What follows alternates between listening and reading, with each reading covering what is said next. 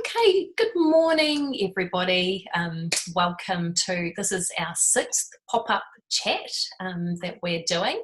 And today we've got Liora Noy, who is here to talk about breastfeeding and perinatal distress. So Liora will run through her PowerPoint and also talk about the new breastfeeding resource that PADA has currently written with the contribution through from Liora and a few other breastfeeding lactation consultants around New Zealand who've put their input into it as well. Just some housekeeping as well. Just note that your video image may be seen when we share the presentation on our website and social media, so just ensure that you've got your camera turned off if you want to remain incognito. We've got quite a few people attending, so we just ask that you remain muted, and if you wish to ask a question, then please use the chat function which you see at the bottom of your screen, and then I'll read out the questions in the order that they appear for Liora to answer. And then if we've got time, we can have a discussion at the end as well. You can just ask your questions in the chat function as well. Next week, we've got our pop-up chat has been booked with Justine Pack England, and she's talking about the use of positive psychology in supporting mothers to flourish. So the details are available on our Facebook page for that, but we'll also forward you out the link tomorrow. Liora, if you'd like to introduce yourself and start the presentation, please. Sure. Morning, everybody. Kia ora. Just trying to get warm here. I just went for a long walk with my puppy to make sure he's calm, and I just realized I got really cold after it, so I'm trying to warm up, sorry. So I'm Liora. If you don't know me, I'm a lactation consultant, perinatal nurse, and now also educator for PADA since last year. So in normal happier days, I go around the country and I do presentations on perinatal mental health for professionals, and I'm guessing some of you have seen me before. I come all the way from Mexico via many years in Israel, California, Hawaii. Came here 8 years ago with my family. I have 3 children who are now 11, 18, and almost 21. And they are thriving in New Zealand. I had quite a severe depression episode antenatally and postnatally with one of my 3 children that lasted more than a year and was very severe. So that made me very aware of the whole maternal well-being and maternal perinatal mental health issues. So yeah, so today it's all about breast is best, or PND and breastfeeding, and how we connect between those two quite big issues of perinatal mental health, maternal well-being, and breastfeeding as professionals taking care of moms and families. So I'll jump straight right in with 2 quotes. These are quotes from moms who all used to be, or some of them still are, in the PND Wellington or Little Shadow Facebook page. That's a closed page for moms who are suffering from distress and anxiety. And a few years ago, I asked them how do they feel about the whole breastfeeding journey and how did it affect their mental health. So these are a couple of quotes from them, and through the presentation, I'll be showing a few more quotes. So one of them was, yeah, with all the breast is best propaganda. I really try to keep going. Turned out to be not so great for the mental health though. And the other one was, breastfeeding was the only thing that kept me going this time around. I was feeling disconnected with my baby, and keeping breastfeeding going was the only healing thing. So we see here 2 very different voices, and these are the moms' voices that we need to be listening to.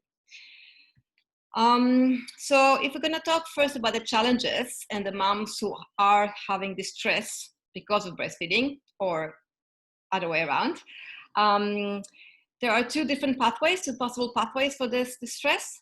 The first pathway is that moms who are not doing well initially, so are having depression and or anxiety, they in turn to have a challenging breastfeeding experience. So then the PND is actually causing the breastfeeding challenges.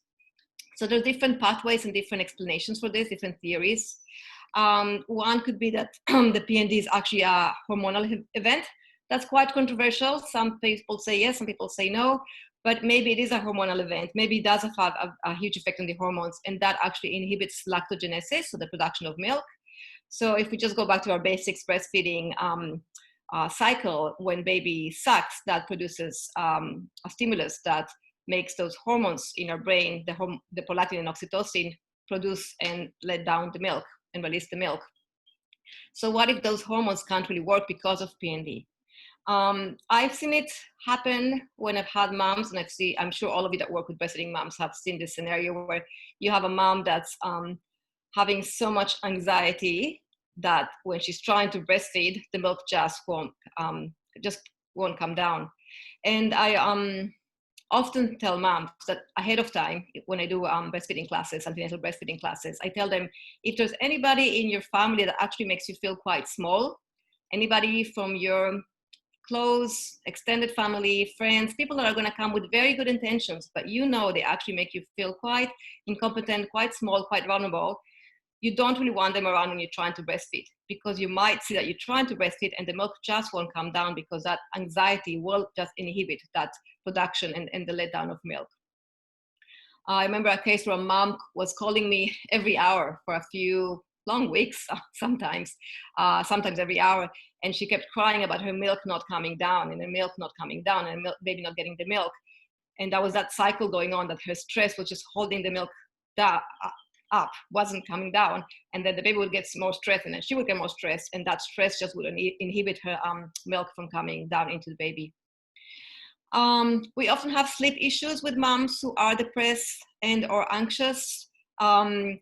The lack of sleep can go in a few pathways to inhibit breastfeeding. We do have GPs who sometimes are quite quick to give mom sleep medication for sleep issues, and that sleep medication will make mom be very, very, very drowsy and sleep very, very deeply and not get up for a baby to feed. And that will sometimes decrease her milk supply or lower her milk supply. We also have moms that are so worried about their sleep that they just say, there's no way I can face, I know that my mental health will go down if I don't sleep 6 to 8 hours, so there's no way I can do this. And then they ask their partner to feed the baby in the middle of the night. And again, that can lead to having less milk supply eventually. The saddest thing to see is when a mom is just not able to not able to bond or to touch her baby. And when we see moms who are severely depressed, we see moms who really can't even hold their baby, can't look at them, can't touch them. And when that happens, of course, it's really, really hard to be breastfeeding when you have to hold your baby so close to you and be looking at him and just having that strong touch and feeling and emotional thing going on. If you can't do that, then how can you breastfeed? We also see moms who are having depression and anxiety, that everything is just too overwhelming.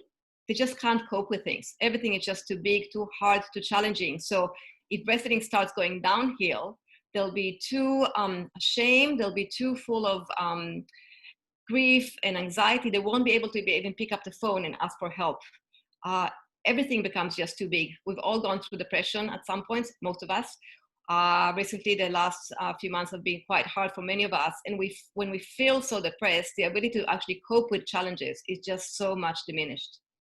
So a mom can be very depressed, and that's why she won't be able to cope with the challenges that breastfeeding often brings with it in the first few weeks.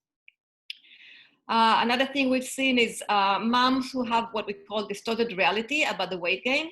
So baby is actually gaining weight, but mom doesn't see it.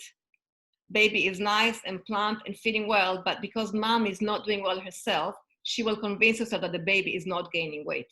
And that's a really hard thing to dispute when a mom is convinced that their baby is not gaining weight because she doesn't have enough milk. And that again comes from her own depression, anxiety, her own previous anxieties about maybe eating, maybe other things, but just her own disordered reality about what is a good weight gain. So this is a list of things that when mom has them, essentially because she's depressed or anxious, can lead to have a challenging breastfeeding experience. And then we have the other way around. We have the phase where mom starts well emotionally, but then she starts having challenges with breastfeeding. And because of that, she gets depressed and anxious. And we see lots of those moms as well. So it could be a mom who has a very shallow latch with her baby, maybe not latching well, not latching deeply enough on the breast, which means eventually she might have lower milk supply, which means eventually she will really stop having enough milk for her baby and start feeling like she's not doing enough, not being good enough for her baby, she's not able to feed him. And that, of course, will lead to depression and anxiety. We can have, and we have lots and lots of moms out there with pain. And we have still people telling those moms that it's okay, that it's normal. It's not normal. Moms should not have pain. So a mom is having pain, and any one of us, when we're having pain, we're going to get depressed. So if we're having that kind of pain that every time we look at our baby and we know he wants to feed, we just go like, no, not again. And we're just dreading that feed because it's so painful. Then of course, moms will get very, very fast, very depressed about having to do something that's so painful, but they feel that they have to do it. So any challenges that are not properly addressed, especially pain, will lead to depression very, very fast. And then we have also, in these cases and other cases, the pressure. So mom is having intense pain when she's feeding, she's wanting to stop, but then her internal voice and other external voices keep telling her, this is what you have to do. You want to be a perfect mom, you want to be a good mom, and that equals breastfeeding. So you have to keep going through the pain. So in my clinics, I see so many moms every week that come completely tearful, falling apart because they just can't face the next feed. They're dreading it, they're having intense pain, but they have this immense pressure on themselves that they need to keep breastfeeding, and it just leads them to very, very dark places. Amy Brown, I'm hoping that some of you were lucky enough to see her when she came to the La Leche conference last year. She's an amazing researcher, very young, but this prolific researcher with lots and lots of beautiful PowerPoints that she puts on her Facebook page. I urge you to follow her Facebook page. Already 3-4 brilliant books about breastfeeding and about solids. And she did a big study with thousands of moms, asking them, the same question I asked about a relationship between breastfeeding and PND. And she found that the earlier the mother stopped breastfeeding, the higher the depression, the higher the EPDS scores. So if a mom stopped after 6 or 8 months, she was not as depressed as if she stopped, after a few weeks. She found that moms indeed had more PND when we stopped because they had pain or any kind of physical difficulties, which could be recurring mastitis, recurring plaque ducts. And also moms who had thought they had lack of milk supply, so was perceived lack of milk supply, so they just thought they didn't have enough milk, also had higher scores of depression, all compared to moms who just stopped because it wasn't for them. So if a mom stops because she feels like, a mom last week told me, this is just gross. This is just gross, I don't like it. If that mom stops, she won't be depressed because she really doesn't like it.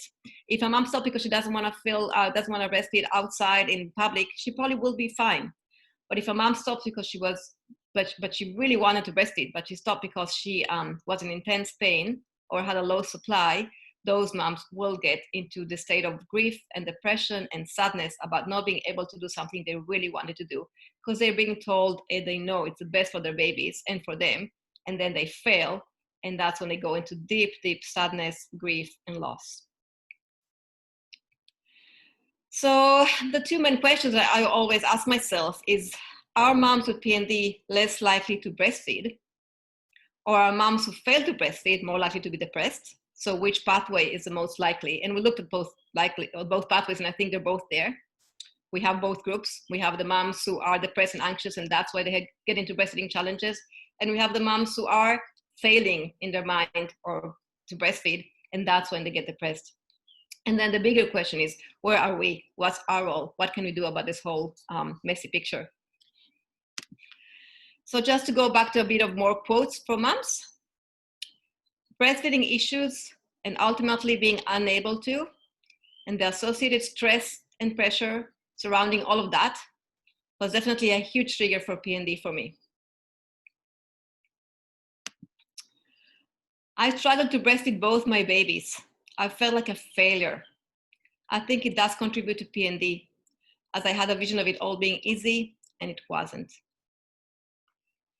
I gave up and spent the next few months feeling like a failure and a selfish person for putting my sleep needs over my daughter's needs. So moms keep saying that word, failure. I felt like there was so much pressure on us to get feeding right and to establish breastfeeding. I could not bond with my son because of the failure, again. I was so determined to breastfeed him because that was best for him that I continued to do so even though I was in excruciating pain every time I fed him, because I felt like I'd be a failure if I switched to formula. So what's worse than feeling that you fail? failure is to fall short of success in something you really wanted. Moms really, really want to be good moms, sometimes too much. They want to be perfect, and we can't be perfect. And then also they're unable to meet their expectations. Again, their own internal ones and the external ones. Everybody's expecting them to breastfeed. They're expecting to breastfeed. They can't do it. They feel like a failure. And what's worse to feel as a mom than failing, than being a failure? We do also have the other side though. So I had this beautiful quote from other moms. The first 6 weeks of my daughter's life, breastfeeding definitely contributed to my PND. But once things started to get better, I grew to love the bonding. I grew to love the peaceful moments. And aside from the initial experience, I believe that breastfeeding was therapeutic and healing for my PND. Beautiful. Breastfeeding created for me a huge sleep deprivation. Babs would not take the bottle, so just me alone in the dark, in the middle of the night, but it was the only sure thing that I knew I was doing right, and that my baby needed to, it also kept me going. I hear this lot from moms who feel like they're failing as moms in other ways, if they're not being a good mom because they can't bond, because they can't smile to their babies all day, because they're not doing everything they think their baby needs to, but they know they're breastfeeding and they're doing one thing that's really right, and that what keeps them going. So in this pathway, what we see is moms who are breastfeeding get less PND. And we do list it among one of the benefits for breastfeeding benefits. When we see list of breastfeeding benefits, less postpartum depression is one of the benefits. But we have to remember it's only if it's working well. So why is it? Is it because moms who are breastfeeding have more oxytocin release? And we all know the oxytocin is the love hormone, the happy hormone. I don't know if you know, but you do have to hug somebody for at least 20 seconds to get that release. So next time you hug somebody, when we finally are allowed, and we are finally allowed with some of our close friends, get that hug for at least 20 seconds so you get that oxytocin release. So is it because they have more oxytocin and that makes them feel happier and calmer? Is it because moms who are breastfeeding, it just makes them have to sit or lay down? Because so many of those moms who have huge anxiety, they just keep going and they just can't stop moving and they just can't settle for 1 second and just relax and enjoy their baby. But when you're breastfeeding, you just have to 2-3 hourly sit down, lay down your baby. Is that what makes them just relax more and actually able to start enjoying their baby and bonding with their baby? Is it the fact that they feel much more self-efficacy and pride? For sure it is. I mean, moms, again, want to be the best moms. And when they go to the antenatal group and they're the ones breastfeeding, they feel like, wow, I'm doing this. And they feel proud. And then they feel better and they have less depression. Is it because it enables moments of bonding? Yes, of course. When we have to breastfeed, we're holding our baby. Eventually, we start feeling something, even if we didn't initially. Because not every mom falls in love with her baby immediately. And that's a huge myth that we have to stay away from and not tell moms they're going to fall in love right away, because some won't. And then that continuous breastfeeding will eventually create some bonding. Is it because moms sleep better? Yes, we all know from most studies that have been done that moms who breastfeed, they may not sleep as much as formula feeding moms, but the quality of sleep is higher and better because the breastfeeding makes you sleepy, makes you relax, makes you want to go back to sleep. You don't have to go to the kitchen and make that formula in the right amount, and the right temperature and all that kind of stuff. So it does give to later better quality of sleep. So we see a few reasons why breastfeeding does lead to our moms having less PND rates. And we do know that they want the moms who start with quite a rough beginning and challenging beginning, but they go on and they get the help they need and they go through the challenges, they feel so good after that. They just feel so good. And it does help them eventually to be less depressed and less anxious and be better with better maternal well-being. So what we do, so how do we help women reach a goal that we all know is the best one in terms of health promotion, breastfeeding, without making them feel guilty, anxious, and depressed if it doesn't work? How do we do that? How do we promote breastfeeding without increasing PND? Do we also need to learn to give permission to let go? So this week I had a mom in my clinic in the Hut who last week came to me after being 9 weeks at home with baby. Baby was born day before lockdown. She never got to see either a midwife or a lactation consultant through lockdown. She tried a couple of times virtually, but it wasn't helpful enough. So she was having sore nipples for 9 weeks, really sore nipples. And she was in deep distress. She was in deep distress, deep depression, could barely hold back her tears, finally did let them go.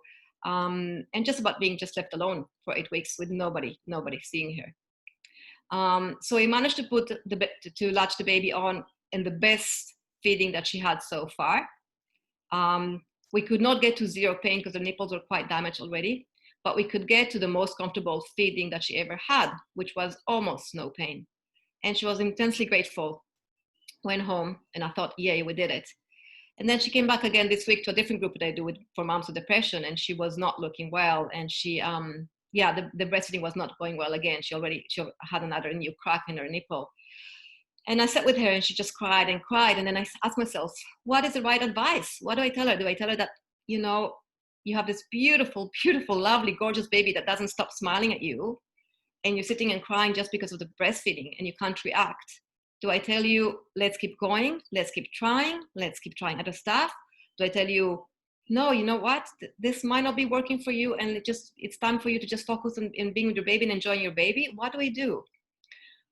It's a really tough one. It's a really tough one that I'm sure all of you face in your work. Moms do reports when they come to lactation consultants like us or to midwives about breastfeeding. They do report sometimes judgmental advice when seeking support for breastfeeding. And all moms, we all see that, we all hear that, report conflicting recommendations, which is really tough for moms. And they don't want that prescriptive and standardized advice. They want advice that's flexible, affirming, and responsive, attending to their own needs and their own goals. And that's why you have to really listen to the mom and see what do they want. And we have to be very, very, very careful with our words, very careful with our words. So what do you want to take home? We all must be aware of the potential comorbidity between breastfeeding challenges and depression and anxiety. So if we're seeing a mom for one of them, we have to involve considering the other, and always considering the family's needs and goals and resources. We have to support moms with breastfeeding challenges, especially pain and milk supply, because that will lead to depression and anxiety. So if we see a mom that's having breastfeeding pain, low supply, we have to realize that she might very well be also suffering emotionally, and check in on her and see what's going on. And of course, help her with those challenges. And if we see a mom that's coming to us with depression and anxiety, we have to remember to ask, how's the breastfeeding going? Because it might very well be that the problem is right there. That's the root of it. And if you just get her to have somebody good support with breastfeeding, she'll actually be okay. And we have to remember the importance of the education on normal breastfeeding patterns and normal baby behavior. We have so many moms who are desperate because they don't know that cluster feeding is a normal thing, that having a growth spur is a normal thing. So we just have to keep telling those moms, breastfeeding won't necessarily be easy. It does require some work and some effort. It will take 4 to 6 weeks to get it. Please get the help you need as soon as it's painful or as soon as you think you have low supply. And our words really matter. If you go on a Plunkett visit and you see a baby that's not gaining weight well, think before you speak. Think how you're gonna tell that mom that the baby's not gaining weight think how you phrase it so she doesn't think that she's failing. We have to really think about how we say things to moms, because those moms that we see, especially in the first few months, are so vulnerable, so vulnerable, and our words have a huge impact on them as Plunkett nurses, as midwives, as lactation consultants. So you have to be very careful on what to say to the mom about why the breastfeeding is not going well. We have to be careful that all the conflicting advice that's going on and be aware of it. So moms get very confused and anxious about all this conflicting advice about sleeping and feeding and holding their baby. Have to think about it, have to think about our words, have to work out of evidence. And again, going back to normal baby behavior, we have to tell moms that babies that feed a lot is normal. 8 to 12 times a day, minimum is normal. Babies that want to come back to the breast again and again, normal. It's not that they're failing. And a baby that doesn't sleep all day and just awake all day while their family is falling apart, normal as well. Babies not always sleep during the day. Doesn't mean that they're failing with the breastfeeding or anything as moms. So we just developed this last week, just came out last week, as Trina said initially in the beginning, and we are hopefully going to get funding to print this out, but it's already downloadable in our website. So if you go on PADA.NZ website, you can see a 4-page flyer handout that kind of compiles everything that I said, and it's just good to have it with you. Has, again, in the first page about the protective factors of breastfeeding. So how can breastfeeding actually improve mental well-being, maternal mental well-being? And then we have the 2 main challenges, the pain and the real or perceived insufficient milk supply, and why does it happen when we're depressed. And then we have what can you do as a professional. So again, educating on those very normal baby behaviors mainly, and remembering that tight connection between breastfeeding and PND always. And also for a breastfeeding mom. And I think the last sentences that we want to say to moms: always remember, our child needs a mother who can give her love and bond with her, who is calm, rested, and loving. If breastfeeding, the challenges are interfering with this and it's making the anxiety or depression worse, it's our failure as a system. It's not yours as a mom. So just remembering that. And I want to thank Zonta because thanks to their funding and their fundraiser, I'm able to be here today and be PADA Educator. So we can open it for questions. Trina, any questions? Great. Yes, we do have a question from Katja. And her question is, what would be right way to deal with a pregnant mother with a history of PND, which started with breastfeeding difficulties? She wants to breastfeed, but afraid of history repeating itself. Prevention, breastfeeding difficulties. Sure. Yeah, I get lots of those. I think the first thing we have to tell those moms is that every baby is different and every birth experience is different. I would try and ask what happened last time, what exactly went wrong, if it was pain, if it was low milk supply, what exactly went wrong, trying to understand what the root of the problem was. But I would start by saying it's a different baby, a different experience. We can't assume it's going to be bad because last time it was so bad. We might be having a different experience altogether. Not really much we can prepare for physically in terms of breastfeeding, but emotionally, if you can just try and really kind of start with a blank slate of paper and really kind of reboot and think this is a new baby, new experience. That's the number one thing I would say. Number two thing I would say is as soon as a problem arises in the very first few days, as soon as you get any pain or any inkling that you don't have enough milk, please go get help as soon as possible. Don't wait. Don't wait a few hours or wait a few days. Get good support and good help this time, because probably that what happened last time was that the support and the help did not come in time, and that's why things went downhill very fast. Because most of the problems with breastfeeding we can solve and resolve with just good support that's frequent, that's there for the mom, and it's early enough. So that's what I would say. Great, lovely, thanks Liora. All right guys, question time. Anybody else got some questions that need to be answered? Any thoughts that you're having? Any difficult mums that you're working with at the moment that are struggling with problems, especially around COVID? I imagine that things have been quite fraught. Mums that may be having problems haven't been able to access help immediately. So yeah, Liora, I know you've done a bit of Zoom sort of work with mums over COVID, haven't you? Yes, I have, with breastfeeding support, yes. Yep. Yes, it's not, as we all, people who are sitting here and also lactation consultants, breastfeeding support, it's not the same to do it with Zoom, but we can achieve actually quite good results. There's something good about doing it when we're hands off with a mom, because when I'm sitting with a mom in the clinic, the thing I don't want to hear after is that, oh, it was wonderful with you, I had a beautiful lash, everything was going well, I went home and I couldn't do it. That's the last thing every lactation consultant wants to hear. So actually doing it on Zoom and doing it virtually prevents that, because I'm not there. I can't touch the baby. I can't touch the mom. I'm hands off completely, which I try to do anyway in the clinic, but sometimes it's just too hard. And when you can't touch the baby, you can't be there for them. They really have to do it on their own. There's more chance they will be able to do it afterwards on their own without you being there. In saying that, it was tough, and I've heard many stories of moms who try to see lactation consultants virtually over lockdown and did not get good results, because sometimes we do need that a few seconds of just brief touch to adjust the baby's position, just to show something, mom, just for a few seconds, and that really makes a big difference. Great. Right, another question is how to support, reassure a mother with a baby with feeding difficulty due to physical health conditions of the baby. Okay, I'm not sure what the physical conditions are, if it's a NICU baby or any kind, but it all depends on what stage are we talking, first few days, first few weeks. So again, I'm not sure what exactly the background is and what kind of feeding difficulty. But in general, my message is, as long as you have the milk, we'll be fine. So keeping up the milk supply, that's the main thing. So if we have a baby that's not latching for any reason or having some slow feeding for any reason, we need to make sure the mom has enough milk. And for that, we need to put mom on an expressing routine. That's 3 hours during the day, 4 hours at night. We need to make sure that she's not expressing too long or too much, because she also might want to try and feed the baby, all depending on what's going on. And we need to make sure that the couple or the mom and the support person sleep as well. So again, we have to be careful with our words and what we say to moms. But in general, if a mom can get her milk supply, then we can usually resolve most of the issues and get baby eventually to the breast.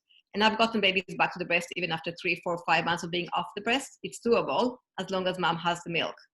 So the main thing is to keep up mom's milk supply, which also involves emotional and mental support. Because again, if a mom has having huge amounts of anxiety and stress, that will also decrease the milk supply. So we need to make sure that the mom has that right support around her to make sure that she can actually work on getting that milk supply without having too much stress around it, which is again quite tricky sometimes. So I'm not sure if that answered the question, but I'm not sure what the question was about the difficulty. And again, the other thing we need to say, I mean, we're not supposed as lactation consultants to encourage mixed feeding, but mixed feeding is better than formula feeding. So at some point, we also have to make moms realize sometimes that they might not be able to breastfeed 100%, but even if they breastfeed 50 or 60%, that's better than nothing. Or any percent is better than nothing. So sometimes we have to work with moms to just realize that, again, the first thing is that they're not feeding, even if they're just formula feeding.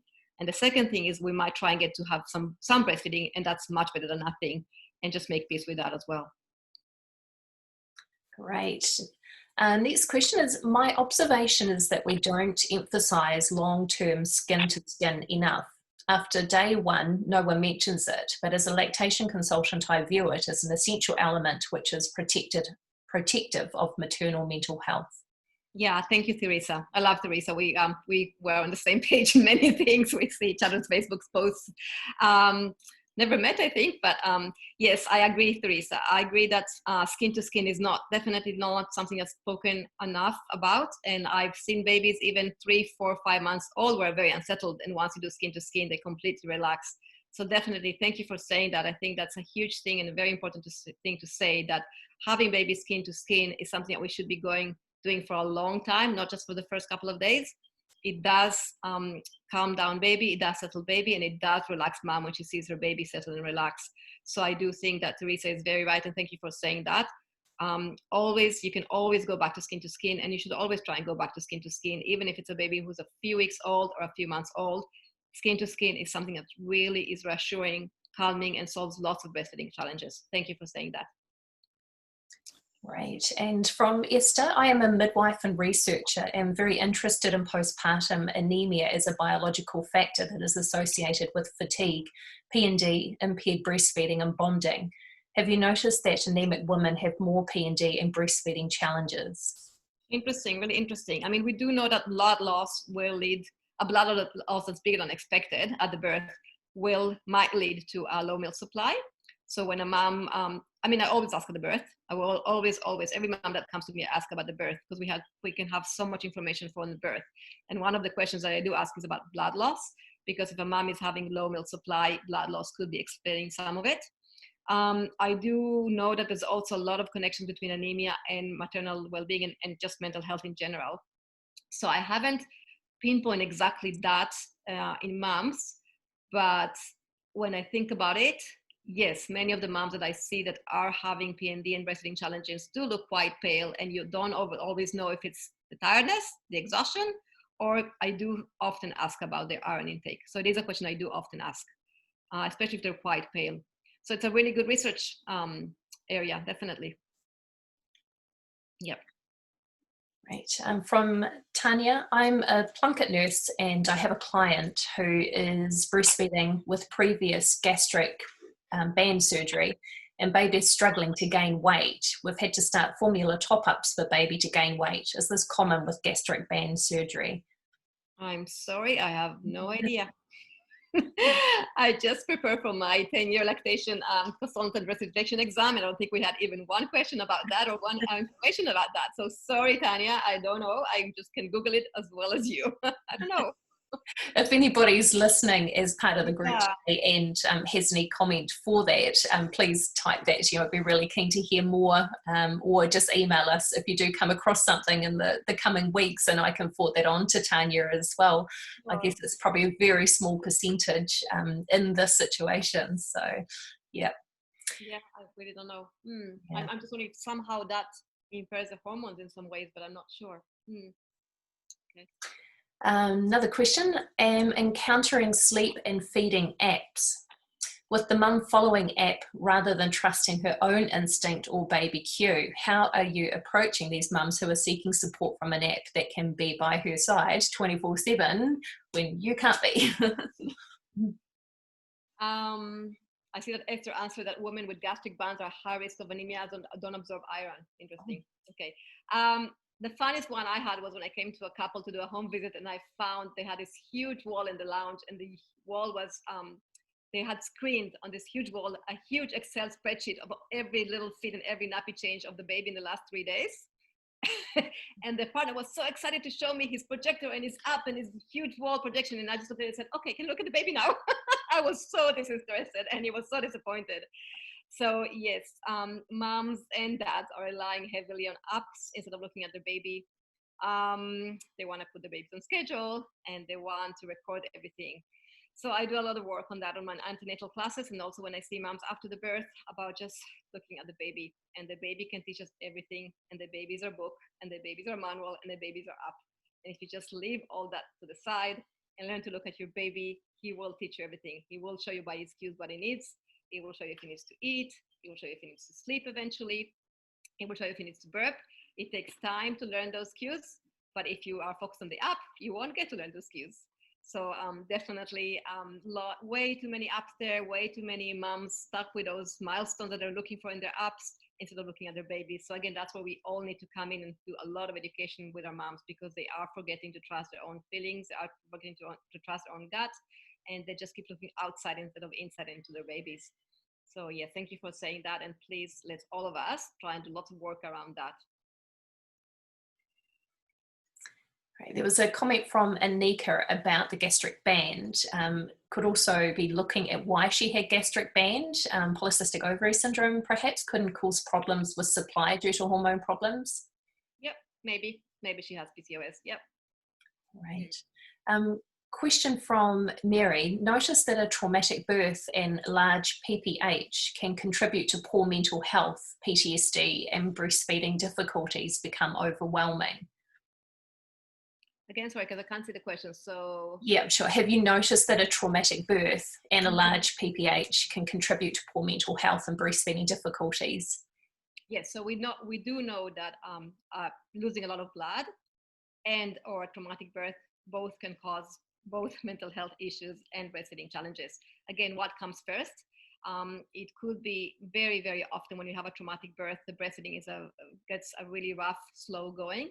So again, that can contribute to the low mental health.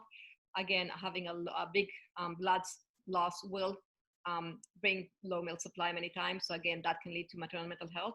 But also you have to look at the other side of it. When a mom is expecting and dreaming of a beautiful birth and she has a traumatic birth, that's a huge risk factor for postnatal depression and anxiety.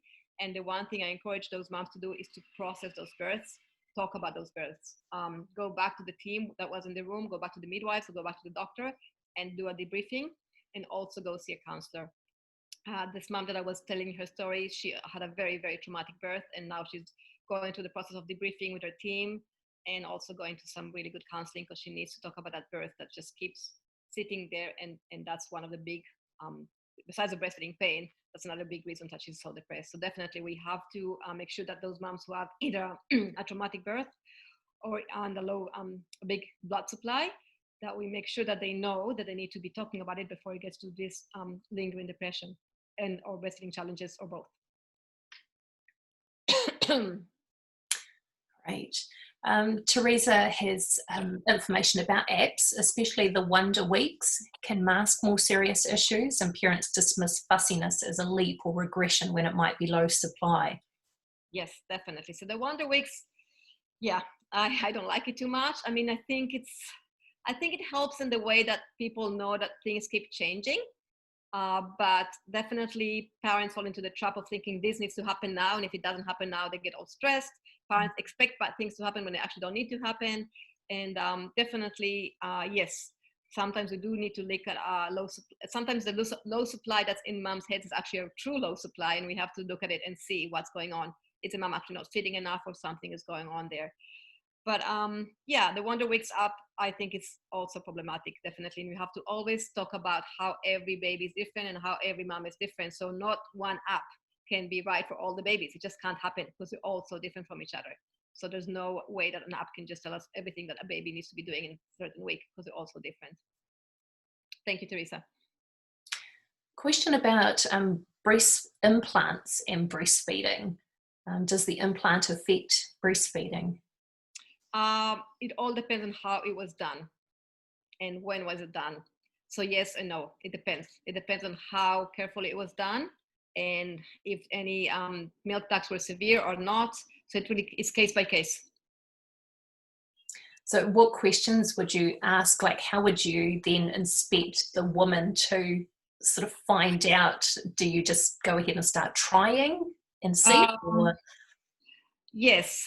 I would try and ask when was it done, and if it's many years ago, it's a bit more disconnected. If it was a few years ago, just because we didn't really know much about breastfeeding many years ago. But I would always encourage the mom to just give it a try and see what happens. Because yes, until we actually try, we don't really know. I don't encourage moms frequently to express before they have a baby antenatally. I know we used to do it for quite a long time. Now we stop it again.